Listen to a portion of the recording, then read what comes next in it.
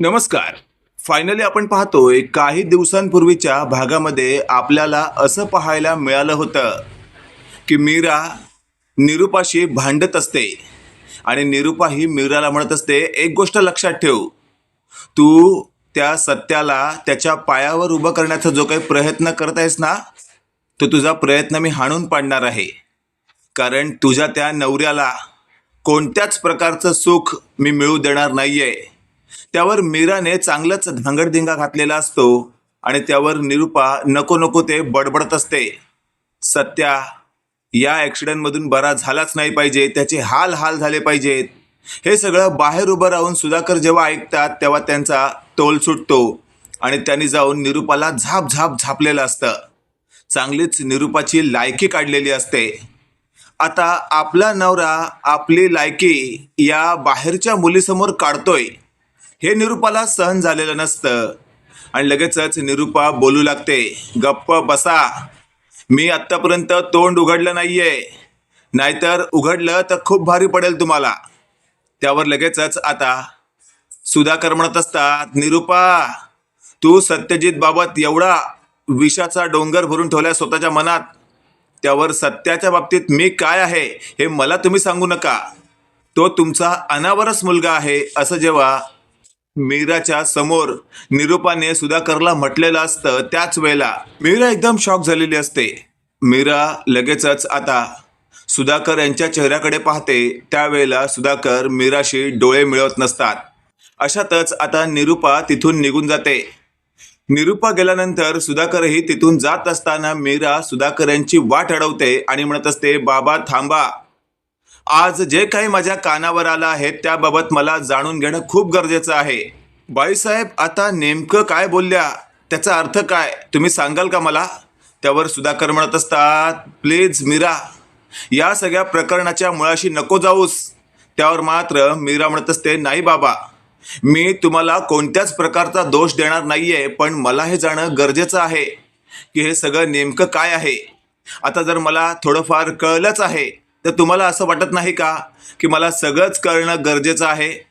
त्यावर सुधाकर म्हणत असतात, सगळंच जर तुला कळालं ना तर या घरात खूप मोठं महाभारत घडेल. हे वाक्य ऐकल्यावर मात्र आता मीरा म्हणत असते, समजलंच पाहिजे बाबा, प्लीज तुम्ही समजून घ्या. त्यावर मात्र आता सुधाकर म्हणत असतात, मला या घरामध्ये महाभारत घडलेलं नाही पाहायचं आहे. आणि अशातच आता सुधाकर आपल्या बेडरूममध्ये जातात. इकडे मीराला खूपच आता मनात वेगवेगळे विचार येत असतात. मीना स्वतःशी बोलत असते, या प्रकरणाच्या मुळाशी गेले तर मला सगळं काही समजेल. आणि अशातच मीरा आजीकडे जाते आणि म्हणत असते, आजी प्लीज, आता मी जे काही विचारीन ना मला त्याची खरी खुरी उत्तरं हवी आहेत. आजी म्हणत असते, मीरा एक गोष्ट लक्षात ठेव, मी तुला 100% खात्री देत नाहीये की मी तुला खरी उत्तरं देईन, पण एवढं मात्र नक्की, मी तुला काही ना काही मदत नक्की करीन. त्यावर मीरा म्हणत असते, आजी मग मला हे सांगा, यांच्या आईचं खरं नाव काय, यांच्या वडिलांचं खरं नाव काय? त्यावर मात्र आता मीराला आजी म्हणत असते, अगं असं काय प्रश्न विचारतेस तू, सुधाचाच मुलगा आहे ना, मग सुधाकरच त्याच्या वडिलांचं नाव आहे. त्यावर मात्र मीरा म्हणत असते, आजी मला ना खूप मोठा प्रॉब्लेम वाटतोय. त्यावर लगेचच आता आजी म्हणत असते, तुझ्या मनात ना उगाचच नको तेवढ्या शंका येत आहेत, तू त्या शंकेचं निरासन करून घे. त्यावर मीरा म्हणत असते, मग सांगा ना, सांगा. बाईसाहेब असं का म्हणाल्या की सत्या तुमचा अनावरच मुलगा आहे? त्यावर मात्र आता आजीला खूप मोठा धक्का बसतो. आजी म्हणत असते, काय ही निरुपा असं म्हणाली? त्यावर लगेचच आपण पाहतोय मीरा म्हणत असते, हो आजी हो, माझ्या समोर बाईसाहेब असं म्हणाल्या. त्यावर मात्र आजीचा आता तोल सुटतो आणि आजी लगेचच निरुपाकडे जाते आणि निरुपाला झाप झाप झापते. निरुपाला झापल्यानंतर आता निरुपा म्हणत असते, सासूबाई तुम्हाला बोलताना काहीच कसं वाटत नाही, मी एक शब्द काय बोलले लगेचच तुम्ही त्या बाबतीत मला 4 शब्द सुनावताय. त्यावर आजी म्हणत असते, कारण सत्य तुलाही माहिती नाहीये असं दाखवतेस का? त्यावर मात्र आता थेट मागून सुधाकर आलेले असतात. सुधाकर म्हणत असतात, आई प्लीज त्या सत्यापर्यंत नको जाऊस, या प्रकरणाला आता तो वेगळा वळण देण्याचा प्रयत्न करू नकोस. त्यावर आजी म्हणत असते, सुधा आता ती वेळ आली आहे, खरं काय सगळ्यांना कळलंच पाहिजे. त्यावर मात्र आता सुधाकर म्हणत असतात, नको आई, सगळ्यांना खरं काय ते नाही कळलं तरच उत्तम आहे. आणि जर कळलं तर या घरामध्ये सुख नाही नांदणार. त्यावर आजी म्हणत असते, सुधाकर, तुझ्यावर जो आरोप होतोय ना, तो आरोप होताना मला पाहवत नाहीये. त्यावर लगेचच आपण पाहतोय मीरा म्हणत असते, आजी, बाबा, तुम्ही काय ते क्लिअर करा, काय आहे नेमकं सत्य. अशातच आपण पाहतोय सुधाकर म्हणत असतात, आई प्लीज प्लीज तू यातलं काही मीराला सांगू नको. आणि अशातच आपण पाहतोय आजी म्हणत असते, ठीक आहे. आणि मग आजीने मीराला काहीच सांगितलेलं नसतं. इकडे आपण पाहतोय आता सत्याजवळ आलेली निरूपा सत्यासमोर खूप सोज्वळ असण्याचं नाटक करत असते. अरे सत्या, हे बघ तुझ्यासाठी मस्त खायला बनवलंय, खा खा. आणि ती त्याला भरवण्याचं नाटक करत असते. सत्यालाही आता असं वाटू लागतं की खरंच माझी निरूपा आता आईच झाली आहे. एक प्रकारे ती माझी सेवाच करत आहे. त्यामुळे सत्या तिच्यावर खूपच खुश असतो. इकडे आपण पाहतोय आता आजीला राहवत नाही आणि आजी थेट मीराकडे आलेली असते. ती म्हणत असते, मीरा, आता मी तुला जे काही सांगणार आहे ना, ते ऐकल्यानंतर तू नक्कीच तुझ्या सासऱ्याचा तिरस्कार करणार नाहीस, तर त्यांचा नक्कीच मान करशील, सन्मान करशील. हे वाक्य ऐकल्यावर मात्र मीरा म्हणत असते, आजी, मी सकाळपासून तुमच्या मागे लागली आहे, मला काय खरं ते सांगा. त्यावर आजी म्हणत असते, एक गोष्ट लक्षात ठेव, आता मी तुला जे काही सांगत आहे ना, ते कोणालाच कळता कामा नये. त्यावर मीरा म्हणत असते, हो आजी. आणि अशातच आता आजीने मीराला म्हटलेलं असतं, हे बघ, सुधाकरचा म्हणजे माझ्या मुलाचा सत्या हा मुलगा नाहीये. हे वाक्य ऐकल्यावर मात्र आता थेट मीराला आणखी एक धक्का बसतो. मीरा म्हणत असते, काय म्हणजे बाबांचा मुलगा माझा नवरा नाहीये. त्यावर लगेचच आता आजी म्हणत असते, नाही, माझ्या सुधाचं या निरूपावर जीवापाड प्रेम होतं आणि आहे.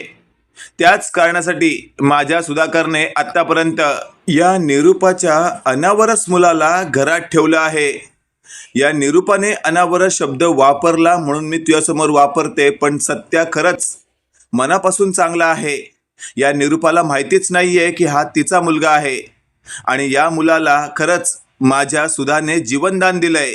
त्यावर लगेचच आता मीरा म्हणत असते, म्हणजे बाई साहेबांना पण माहिती नाहीये की हे रक्त त्यांचं आहे. त्यावर लगेचच आता आजी म्हणत असते, नाही ना, काही गोष्टी त्यावेळेला अशा घडल्या की निरूपाला त्यावेळी काही सांगणं योग्य नव्हतं.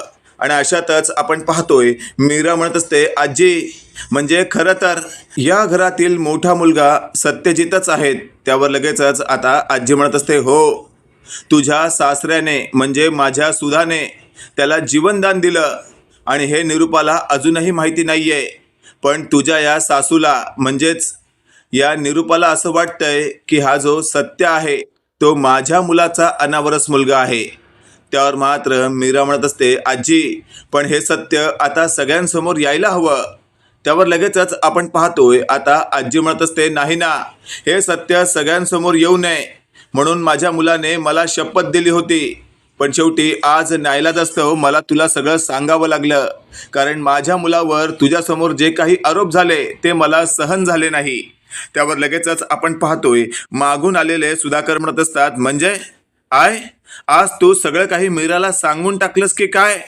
त्यावर मात्र आता आजी म्हणत असते, हो सुधा, तुझ्यावर निरूपाने जो काही आरोप लावला तो मला सहन झाला नाही. आणि मग तुझ्या सुनेसमोर जो होत असलेला तुझा अपमान मी कसं काय सहन करू. त्यावर लगेचच आता मीरा म्हणत असते, बाबा, तुम्ही किती सहन केलं सांगा ना, एवढं मोठं मन तुमचं कसं काय. तुम्ही या बाईसाहेबांसाठी एवढं सगळं काही करता, पण त्यांना तुमची कदरच नाहीये. त्यावर लगेचच आता बाबा म्हणत असतात, मीरा, एक गोष्ट लक्षात ठेव, तुझ्या या सासूवर मी जीवापाड प्रेम केलं आणि तिचंही माझ्यावर जीवापाड प्रेम आहे. तिला कोणताही त्रास होऊ नये म्हणूनच तिच्यापासून हे सगळं लपवून ठेवलं मी. हे वाक्य ऐकल्यावर मात्र मीरा म्हणत असते, बाबा, पण तुम्हाला असं वाटत नाही आता परिस्थिती बदलली आहे. त्यावेळेचं एक वेळ वेगळं होतं, पण आता बाईसाहेबांना सगळं कळलं पाहिजे. आज माझ्या नवऱ्याच्या जीवावर उठल्यात त्या. जर त्यांना कळेल की खरंच ते रक्त त्यांचंच आहे तर मात्र निश्चितच 100% ते त्यांना स्वीकारतील. हे वाक्य ऐकल्यावर सुधाकर म्हणत असतात, नको मीरा, नको, असं काही करण्याच्या भानगडीत पडू नको. उगाचच तुला मला सगळ्यांनाच त्रास होईल. त्यावर लगेचच आपण पाहतोय मीरा म्हणत असते, बाबा मला थोडा विचार करू द्या. या सगळ्या प्रकरणातून मी माझ्या नवऱ्याला जाऊ देणार नाही. तेवढ्यात आपण पाहतोय मागचा पुढचा विचार न करता आता मीरा तिथून बाहेर पडते आणि आपल्या नवऱ्याकडे जाते. त्यावेळेला तिथे ही जी निरुपा असते ती म्हणत असते, एक गोष्ट लक्षात ठेव सत्या, तुझ्यासाठी काय पण करायला मी तयार आहे. हे वाक्य ऐकल्यावर सत्या म्हणत असतो, आई काय पण करायची गरज नाहीये. तू आता जे काही करते ना तेच माझ्यासाठी खूप आहे. त्यावर मात्र दारात आलेल्या मीराकडे पाहत निरुपा म्हणत असते, बघ तुझी बायको आली. आता तिला असं वाटेल की मी तर अति करते की काय. त्यावर लगेचच आता सत्यजित म्हणत असतो, अगं ए धूमकेतू, माझ्या आईला कोणत्याच प्रकारचा त्रास झाला नाही पाहिजे हा. त्यावर लगेचच आता मीरा म्हणत असते, तुमच्या आईला कोणत्याच प्रकारचा त्रास माझ्याकडनं नाही होणार, हे तुम्हाला वचन देते मी. आणि अशातच आपण पाहतोय निरुपा मीराकडे वेगळ्याच नजरेने पाहत असते आणि लगेचच आता मीराची नजर बदलली आहे. ती आपल्याकडे खूप प्रेमाने पाहत आहे. हे जेव्हा आता निरुपाला समजतं त्यावेळा निरुपा मीराला बाजूला घेते आणि विचारू लागते, काय ग, याआधी तर माझ्याकडे खूप वेगळ्या नजरेने पाहायचीस आणि आता खूप प्रेमाने पाहतेस तू, नेमका काय फरक पडला तुझ्या तेवढा. त्यावर लगेचच आता मीरा म्हणत असते, बाईसाहेब खरं तर मला तुम्हाला आता बाईसाहेब म्हणायची इच्छा होत नाहीये, तर तुम्हाला आई अशी हाक मारण्याची इच्छा होते. हे वाक्य ऐकल्यावर निरुपा म्हणत असते, काय आई, अगं आई बी हाक नाही मारायची आहे मला, मी तुझी आई नाही आहे, तुझी मी बाईसाहेबच आहे, लक्षात ठेव. या घरात तू सूनबीन नाही आहे, या घरात तू मोलकरी नाहीस. हे वाक्य ऐकल्यावर मात्र आता मीरा म्हणत असते, बाईसाहेब तुम्ही सांगाल ते ऐकीन मी, पण प्लीज मला तुम्हाला आई म्हणू द्या. हे वाक्य ऐकल्यावर निरुपा म्हणत असते, गप्प बसा, एकदा सांगितलंय मला आई वगैरे हाक मारायची नाही. त्यावर लगेचच आपण पाहतोय मागून आलेली आजी म्हणत असते, निरुपा तुझी सून जे काही बोलते ना ते नीट ऐकून घे. त्यावर निरुपा आजीला म्हणत असते, सासूबाई अहो तुम्ही आमच्या दोघांच्या मध्ये का पडताय, मला सांगा ना, या मीराला अचानकपणे माझ्याबद्दल इतकं प्रेम का वाटतंय. त्यावर आजीने असं म्हटलेलं असतं, कारण तिला तुझ्याबद्दलचं एक सत्य समजलंय. हे सत्य जर तुला समजलं ना तर तुझ्याही पायाखालची जमीन सरकेल आणि मग तू तुझं एकदम असं रागिष्ट चेहरा चेंज करून आनंदाने नाचशील. हे वाक्य ऐकल्यावर मात्र आता निरुपा म्हणत असते, सासूबाई उगाचच मला चण्याच्या झाडावर चढवू नका, मला माहिती आहे तुम्ही दोघं मिळून ना कोणता तरी प्लॅन आखताय. त्यावर लगेचच आपण पाहतोय मीरा म्हणत असते, नाही आई नाही, आम्ही कोणताच प्लॅन आखत नाहीये आणि तुम्हाला कोणत्याच प्रकारचा त्रास आमच्याकडनं नाही होणार. त्यावर निरुपाने मीराला ढकललेलं असतं आणि असं म्हटलेलं असतं, यापुढे मला आई अशी हाक मारायची नाही. त्यावर लगेचच आपण पाहतोय आजी म्हणत असते, मीरा सांग तुझ्या सासूला नेमकं काय करायचं ते. त्यावर मात्र आता मीरा म्हणत असते, ठीक आहे आजी मी सांगते. आणि लगेचच आता मीरा म्हणत असते, बाईसाहेब ज्या मुलाची तुम्ही आता नाटकी सेवा करताय ना आणि तुमचं त्यांच्यावर प्रेम असल्याचं दाखवताय ना, ते आता खरंच रिअलमध्ये उतरणार आहे. हे वाक्य ऐकल्यावर आता निरुपा म्हणत असते, गप्प बसा. त्यावर लगेचच आपण पाहतोय आजी म्हणत असते, हे बघ हे निरुपा, माझ्या मुलावर तू जो काय आरोप केलास ना की सत्यजित त्याचा अनावरस मुलगा आहे, तर ते सहसा नाही आहे. खरं काय माहितीये का, सत्यजित तुझा अनावरस मुलगा आहे, पण माझ्या मुलाने तुला त्रास होऊ नये, तुझी बदनामी होऊ नये म्हणून ते सगळं स्वतःवर ओढवून घेतलं. हे वाक्य ऐकल्यावर निरुपा म्हणत असते, उगाचच मला नको त्या ह्याच्यामध्ये अडकवण्याचा प्रयत्न करू नका, माझ्यावर नको ती फालतू इल्जाम लावायचा प्रयत्न करू नका, स्वतःच्या मुलाचं पाप माझ्या माथी मारण्याचा प्रयत्न करू नका. त्यावर आजी म्हणत असते, हे बघ निरुपा, हवं असेल ना तर तू दोघांचा रक्तगट चेक करून बघ, हवं तर दोघांची DNA टेस्ट करून बघ, सत्यजित हा तुझाच मुलगा आहे. हे वाक्य ऐकल्यावर मात्र निरुपा म्हणत असते, काय. आणि अशातच आपण पाहतोय सुधाकरही तिथे येतात आणि म्हणत असतात, होय निरुपा, मी आत्तापर्यंत तुला कळू दिलं नाही, तुला कोणत्याही प्रकारचा त्रास होऊ नये, समाजाने तुला वाईट टाकू नये म्हणून मी ते माझ्यावर घेतलं. आणि एक गोष्ट लक्षात ठेव, आता हे जे काही सत्य आहे ना हे इतर कोणाला कळता कामा नये. त्यामुळे यापुढे सत्यावर तू मनासारखं आईसारखं प्रेम कर, नाटकी प्रेम करू नकोस. त्यावर मात्र निरुपा म्हणत असते, नाही नाही, माझ्या मनाला पटत नाही हे, त्यावर लगेचच आपण पाहतोय तिथे सत्यजित लंगडत लंगडत आलेला असतो आणि तो म्हणत असतो, काय झालंय, माझ्या आईला काय पटत नाहीये. त्यावर लगेचच आपण पाहतोय निरुपाच्या डोळ्यात अश्रू असतात. निरुपा लगेचच आता सत्यजितकडे जाते आणि त्याला जवळ घेते. निरुपाने असं जवळ का घेतलंय हे लगेचच आता सत्यजितला समजत नसतं आणि अशातच सत्यजित या मीराला इशाऱ्याने विचारतो, काय ग धूमकेतू, काय झालंय, आईच्या डोळ्यात अश्रू काय आहेत. त्यावर लगेचच आपण पाहतोय मीरा म्हणत असते, अहो ते आनंद अश्रू आहेत, ते तुम्हाला आता नाही कळणार. हे वाक्य ऐकल्यावर सत्या म्हणत असतो, अगं आई काय झालंय, तू मला इतकं प्रेमाने मिठीत का घेतलंयस. त्यावर लगेचच आता निरुपा म्हणत असते, काही बोलू नकोस तू, आणि यापुढे तुझी सेवा मीच करणार आहे, तुला काय हवं नको ते मी बघणार आहे.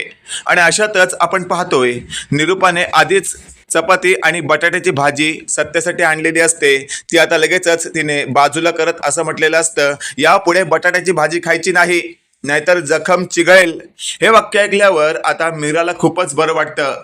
मीराला कळून चुकतं की आता आपल्या नवऱ्याची या घरात चांगली सेवा होणार, कारण निरुपाला कळलंय की सत्यजित हा तिचाच मुलगा आहे. त्यामुळे आता मीरा ही आनंदात न्हावून निघालेली असते. आणि अशातच आपण पाहतोय तिथे आलेला पंकज म्हणत असतो, अगं ए मॉम, काय चाललंय तुझं, मगाशी बटाट्याची भाजी त्याला भरवणार होतीस, अचानकपणे बटाट्याची भाजी लांब का ठेवतेस, त्याला बटाट्याचीच भाजी भरव. त्यावर लगेचच आपण पाहतोय निरुपाने पंकजला असं म्हटलेलं असतं, गप्पा बस, एकही शब्द तोंडातून काढलास ना तर ही बटाट्याची भाजी तुझ्या तोंडात कोंबीन. आणि अशातच आता निरुपा मीराला म्हणत असते, जा जा मीरा, तुला आवडेल ती भाजी ह्याच्यासाठी बनव जा. आणि अशातच आता मीरा म्हणत असते, बाईसाहेब. त्यावर लगेचच आता निरुपा म्हणत असते, अगं मगाशी काय म्हणालीस तू, आई ना, आई हाक मार तू मला, बाईसाहेब का हाक मारतेस तू, माझ्या मुलाची बायको आहेस ना तू. हे वाक्य ऐकल्यावर मात्र सुधाकर आणि आजीलाही खूप बरं वाटतं. आणि अशातच आपण पाहतोय आजी लगेचच सुधाकरला म्हणत असते, पाहिलंच सुधा, मी तुला खूप दिवसांपासून सांगत होते, हे प्रकरण ज्या वेळेला निरुपाला समजेल त्यावेळेला ती निश्चितच सगळं स्वीकारून घेईल. त्यावर सुधाकर म्हणत असतात, आई तुझं म्हणणं बरोबर आहे, पण एका प्रकारची भीती देखील माझ्या मनात होती, पण आज मला कळून चुकलं आहे की माझा निर्णय चुकीचा नव्हता. त्यावर लगेचच आपण पाहतोय पंकज मात्र या सगळ्यांमध्ये कन्फ्यूज झालेला असतो की नेमकं घरात चाललंय काय, आई पुन्हा पुन्हा माझ्या विरोधात जाते की काय. आणि अशातच आपण पाहतोय आता मीरा ही खूप खुश असते आणि मीरा आपल्या सख्या आईला फोन करून सगळं काही सांगते. तिच्या सख्या आईला पण खूप आनंद होतो. मित्रांनो, तुम्हाला काय वाटतंय कमेंट करून नक्की कळवा. आणि असेच नवनवीन अपडेट पाहण्यासाठी व्हिडिओला लाईक आणि चॅनलला नक्की सबस्क्राईब करा. धन्यवाद. हा हा